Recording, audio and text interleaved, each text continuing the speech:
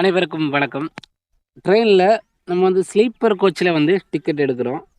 Sleeper கோச்சில் ticket எடுத்துகிட்டு AC கோச்சில் பயணம் செய்வதற்கான வழி என்ன? ஈஸியான வழி இது.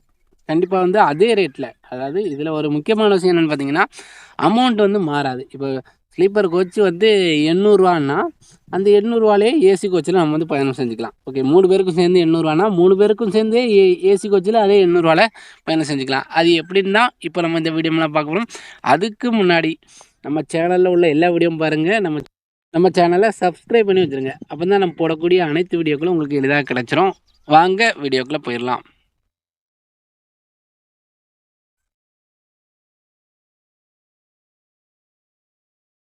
இது ஒரு ஸ்லீப்பர் கோச் டிக்கெட்.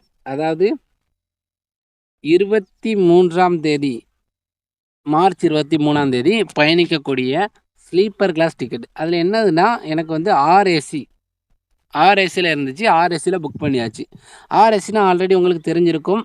2 பேருக்கு ஒரு பர்த்து கொடுப்பாங்க. இதுதான் ஆர்ஏசி. ஆர்ஏசியில் பற்றின இன்னும் தகவல் வேணும்னா டிஸ்கிரிப்ஷனில் லிங்க் கொடுக்குறேன், பார்த்துடுங்க.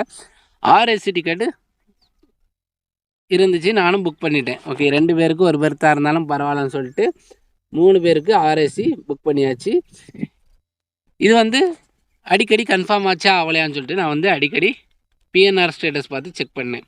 ஓகே, அப்படி செக் பண்ணும்போது கன்ஃபார்ம் அப்படி சொல்லி வந்துட்டு, ஆர்ஏசி டிக்கெட்டில் இருந்தது கன்ஃபார்ம் அப்படி சொல்லி வந்துட்டு.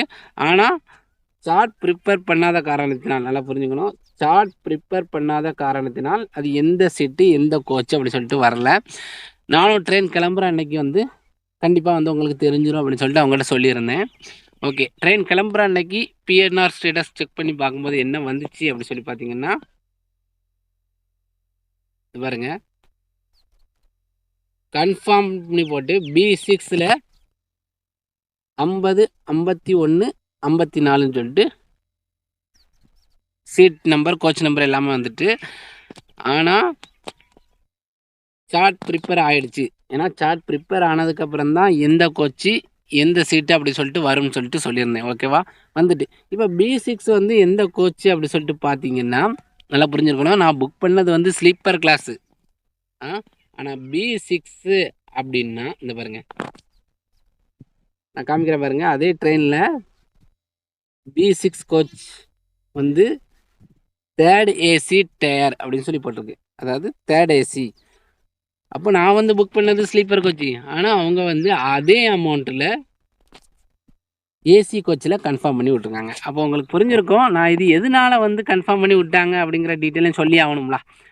இப்போ ஸ்லீப்பர் கோச்சு கொடுத்துருக்கு அப்படிங்கிற பட்சத்தில் ஸ்லீப்பர் கோச்சில் தான் கன்ஃபார்ம் பண்ணி விடணும். ஆனால் ஏசியில் கன்ஃபார்ம் பண்ணி விட்ருக்காங்க அதே ரேட்லன்னா, நான் ஒரு ஆப்ஷன் கொடுத்துருந்தேன். இந்த ஆப்ஷன் கொடுத்தா மட்டும்தான் உங்களுக்கு வந்து ஸ்லீப்பர் ரேட்லேயே வந்து ஏசியில் கன்ஃபார்ம் பண்ணி விடும். அது என்ன ஆப்ஷன்னா, ட்ரெயின் டிக்கெட் புக் பண்ணும்போதே இதில் பாருங்கள், இந்த கன்சிடர் ஃபார் ஆட்டோ அப்கிரேஷன் அப்படின்னு சொல்லிட்டு அதர் ப்ரிஃபரன்ஸில் ஒன்று காமிக்கும்.